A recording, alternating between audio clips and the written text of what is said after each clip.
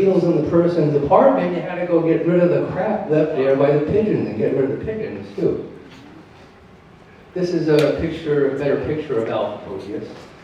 And the larvae. I didn't bring any of these along to eat. I actually have a mealworm allergy. I can't eat mealworm. Crickets I can eat, mealworms. And other beetles I can eat, so it's a tenebrion specific allergy. It wasn't something I was born with, but by raising mealworms back in high school, back in college, just to feed other animals, I inhaled too much of the dusts from the containers they were in. And that's what started my problem. I know people who have raised crickets have the same problem. People who have raised mice in laboratories have also gotten the same problem of an inhalant reaction to the mouse droppings. And with the insects, you don't eat them. Not many people have a problem if they don't eat mice. These are a meal moth issue because you can see silk, and the caterpillars leave silk when they crawl around. They have one gland in their mouth which produces the silk. This is a Plodia moth. It's an Indian meal moth. You can tell on this specimen there's still a cockeriness at the last half or third of the wing. So for a determination. And these were nuts, and you can see the frass in there and silk, and that's characteristic of a caterpillar home and feeding restaurant it has.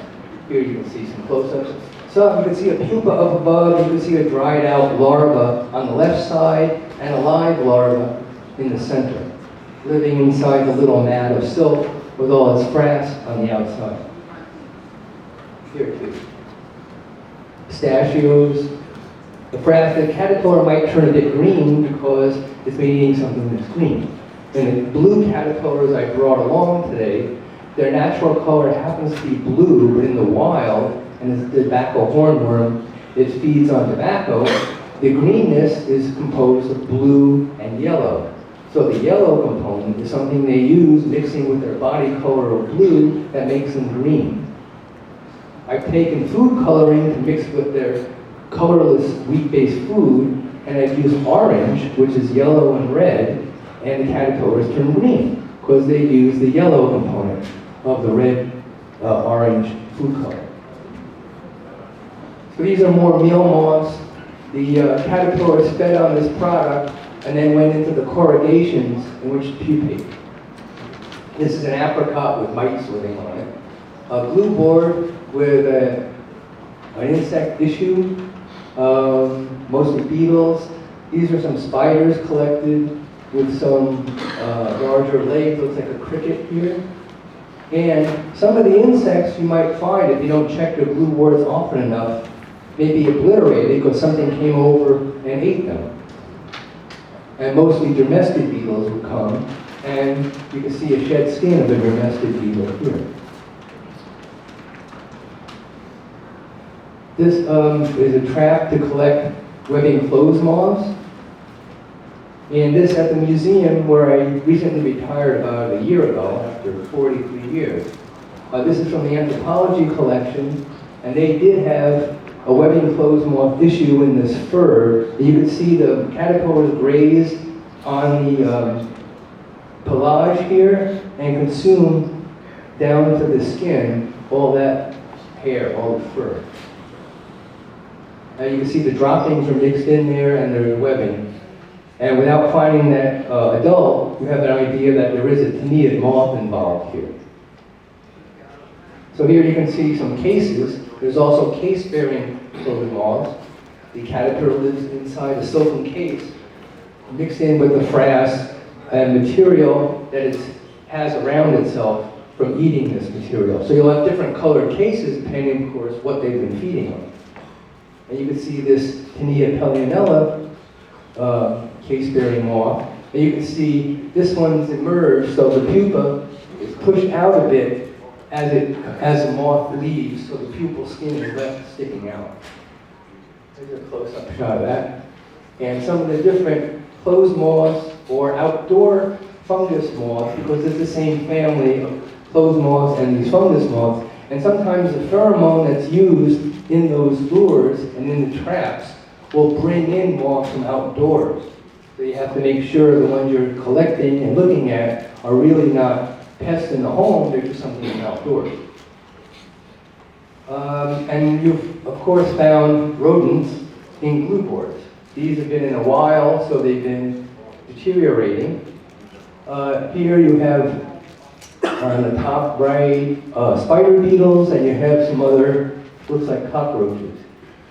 Look sort of like beetles. I don't have a close-up, I'm not sure what this one is, but this was from the museum in the exhibit hall that had to be cleaned up. These were the covers that could be moved off of the flooring, and you can see all the garbage that falls in over the years from people. Pencils, papers, all kinds of stuff, pens, and there were different rodenticides used, which cause, of course, these animals, these mice, to die in inaccessible places.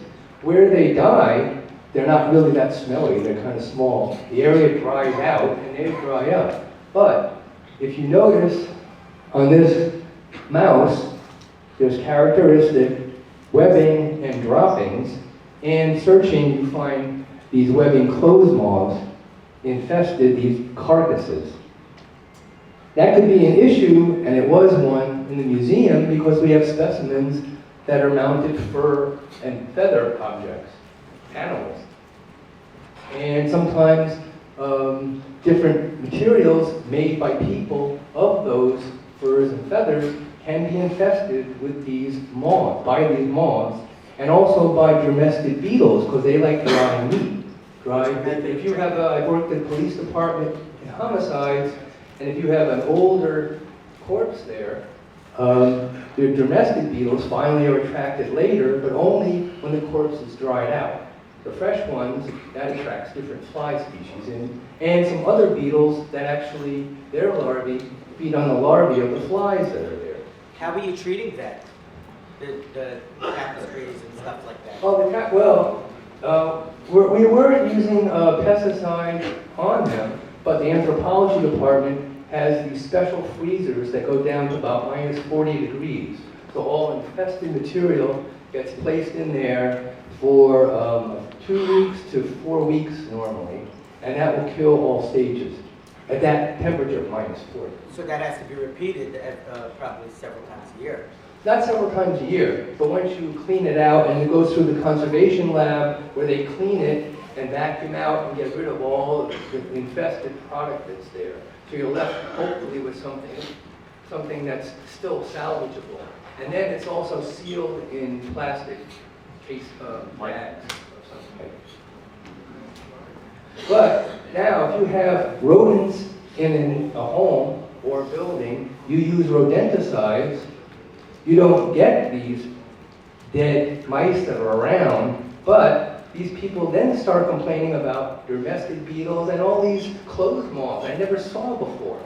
So are you responsible because you actually gave those animals food upon which to thrive, to produce their population sometimes to enormous levels? Or if you have multiple capture traps, you have to look at them more often. As you see here, they were let go for a while, and the domestic beetles came in and started feeding on all these carcasses, mouse carcasses. When I lived in the city, I looked under my radiator and found a dried up mouse, and these were fed upon, or had been fed upon, by black carpet beetles. And you can see the shed skin of one on the top left, and the adults here.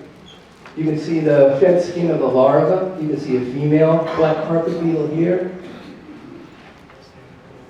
And this is an apartment I'll come to near the end when I got more into bed bugs. But this apartment had an issue with thousands of books, and the more we inspected, the more debris was there, and the more carpet beetles were living throughout a lot of the books. And you can see the debris and the carpet beetles and the shed skins and this on top of the book in the shelf. This happened to be infested by bed bugs. So the place was full of bed bugs because there were thousands of books on the shelves. And I'll show you pictures later why everything was infested where all the books were. So these are more black carpet beetles, just showing you some debris you might come up with. The beetle here, this is the common shiny spider beetle, which sometimes is misidentified as a bed bug because it's globular and shiny brown, but it isn't, obviously. This is a beetle you might find called Risa vesculae. This is a carpet beetle, one of the carpet beetles, but it's interesting that it's parthenogenetic. Just like Stan talked about the longhorn tick, which is parthenogenetic, only females. This beetle, only females in the population. So wherever it flies to, deposits eggs, there's another population now going to start. This is pull the rug back, and there's a Trogoderma beetle living in there. And as you must know, any of your electrocutor traps for flies and insects fill up and have to be emptied. Although now a lot of them are glue boards instead. But some of them have these big collection containers where you get lots of insects, and carpet beetles are attracted because there's food sources there. They lay eggs, the larvae feed on it, and consume it. So here you can see Anthracis. This is the Anthracis beetle up above, a varied carpet beetle, and you can see the larvae here. These aren't the CD that caused that medical condition in that child, and some other people I know have had that too, but they're all microscopic hastocidi, spearheaded CD. And insects, this one's attacked by domestic beetles. It's a dry beetle in a glue board, attacked by these domestic beetles, and the larvae fed upon, you can see parts and chunks missing. And feathers are attacked. And the beetle on the top left, that's a male beetle. This is the larva. This is called an odd beetle. It's odd because the male and female look very different from one another. But the larvae are characteristic segments with flattened CD at the rear end of each section. It's a long row. So here's a male, and there's a female. And I know people have found these and misidentified them as bedbug nymphs. It's a beetle, a female beetle. The males are distinctive with very long legs and long segmented antennae and divergent elytra. The wing covers don't meet at the rear, it just stays spread apart. You can see parts here, but the male and female know each other, so they realize, even though you look different, you're right for me. Bookworms. In books, this was in a garbage can, and next to it was a dead rat. So the rat was fed upon by these larvae, and the larvae leave to pupate. This is a big Dermestes larva, and they leave and then burrow in to the book in order to have a pupal chamber. And like I explained above, many centuries ago when their wood chips would transfer dried hides from animals, if there were dermestids in it, the dermestids would leave and would burrow into the hull of the ship. If they got through to it, you had leaks in the ship, which could cause flooding and could cause that ship to go under. And that's probably happened in a few cases. Yeah? The powder post beetle, will you find them also in the book? Not really. Mostly No. There might be some of the anabiid, which are now tinted beetles, spider beetles, but that's the wood-boring furniture beetles. Some of those might go into boring books. So Lictus beetles don't. They like hardwoods. They need the right starch content for their larvae to have nutrition. And here's one of those. In this glue board, you can tell, well, that wasp is up there. There has to be a problem with probably American roaches. I've never seen too many oriental roaches around. And you have spider beetles, you have fire brats. You have a spider on the left, and more of a silverfish spider brat on the right. And this is a commercial, an office space, which had a fruit fly problem. And I'll go into the dark-eyed fruit flies, which are different from red, except their eyes aren't necessarily really dark, but it's a different species of fruit fly. And the problem here is what someone else pointed out earlier, the issue with monitors. And here, the problem was in the kitchen, and the pest control companies, one after another, kept throwing glue boards in, thinking that would get rid of the problem. But this is what it looked like before, with glue boards, rodent bait in the back, and everything wet here. And you'd think, finding all this, why bother to keep putting more glue boards? Why not just clean it up and clean it out and get rid of it? So here, underneath all that debris, there was a drain in the floor and organic stuff around it, and the flies stuck in the glue boards. And here, before I took all that out, it was all covered over. And here, you could see what the arrows are pointing to Drosophila larvae in this organic mess. So it had to be cleaned out. It would get rid of the problem instead of just collecting flies. The dark-eyed, there's two species of dark-eyed fruit fly. Both of them look very similar. There's a different coloration on the abdomen.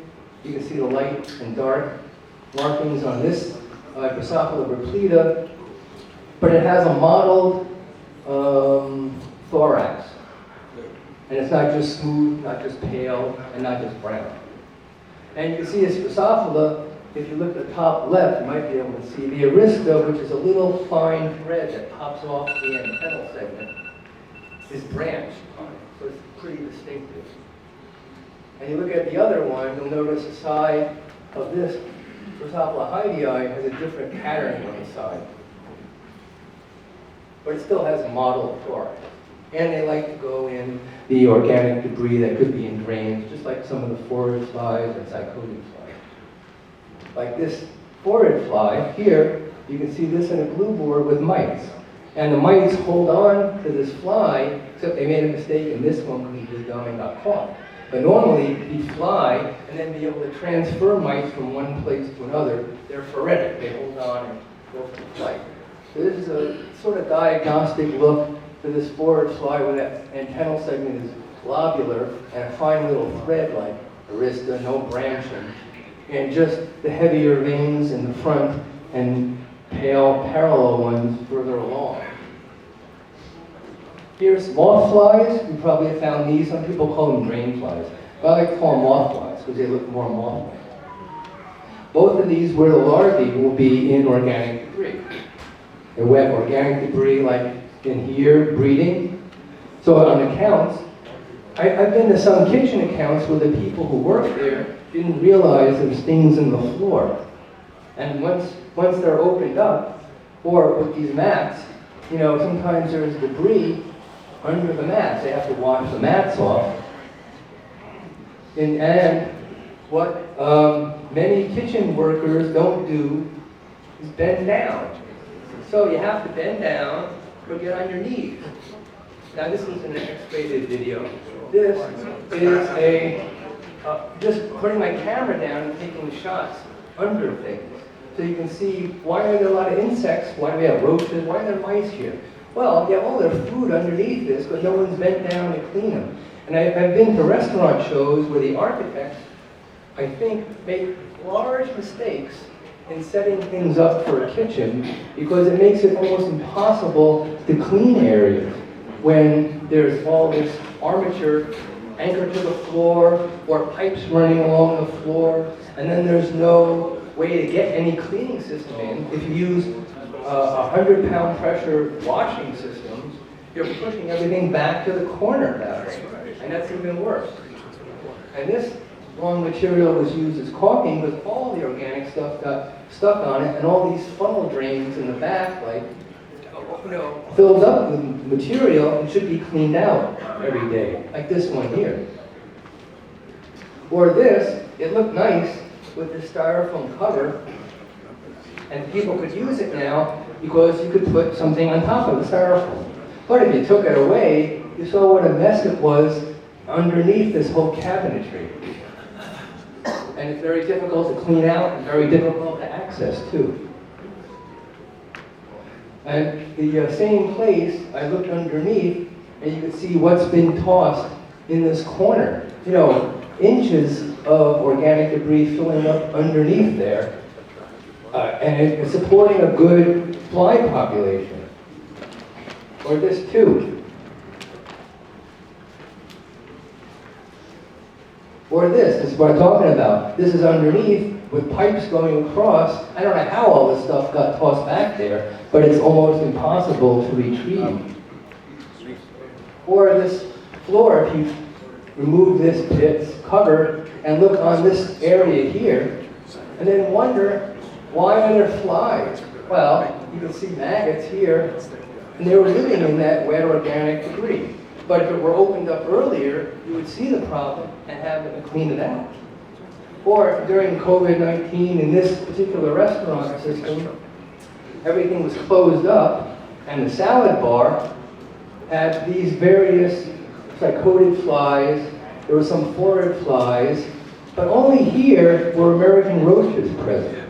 And the problem was that the plumbing there wasn't flushed out over the whole year, and roaches from another place crawled up the whole drain system and came up into this area. These are book lice. These are moisture, mold-related insects.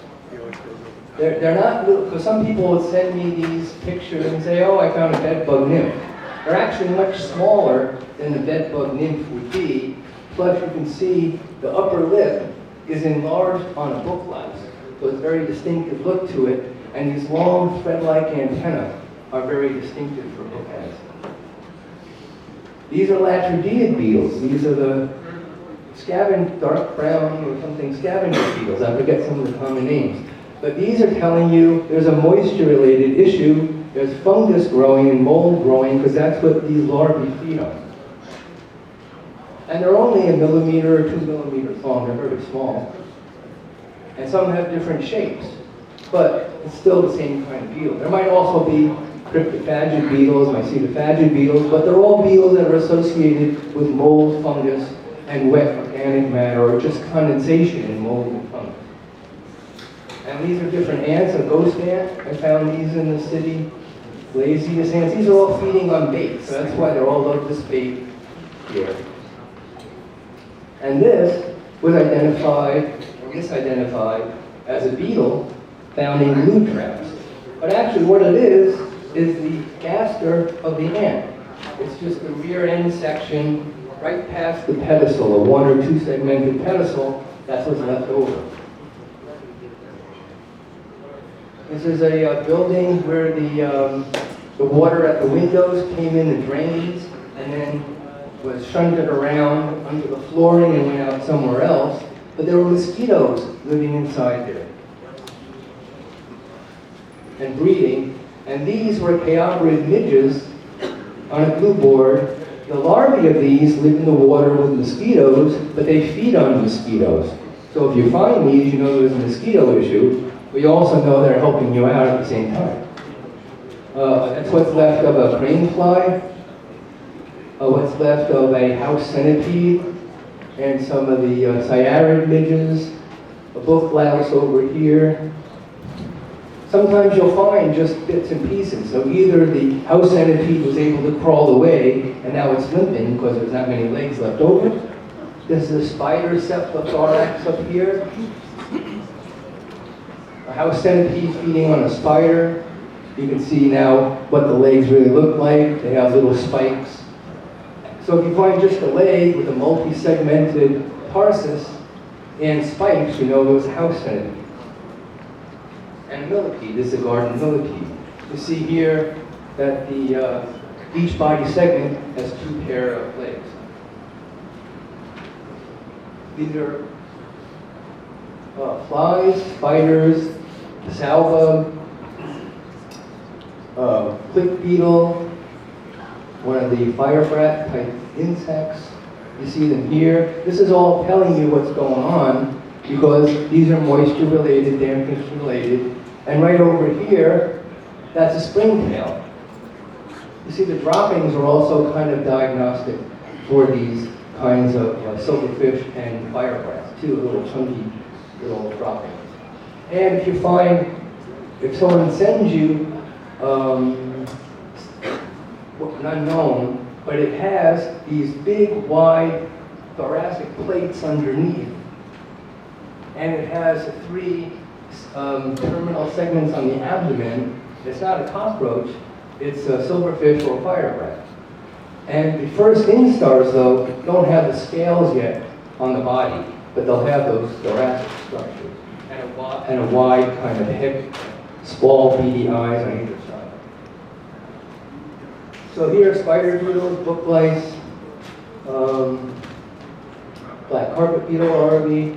These are bed bugs, black carpet beetles, and the spider beetle in the center.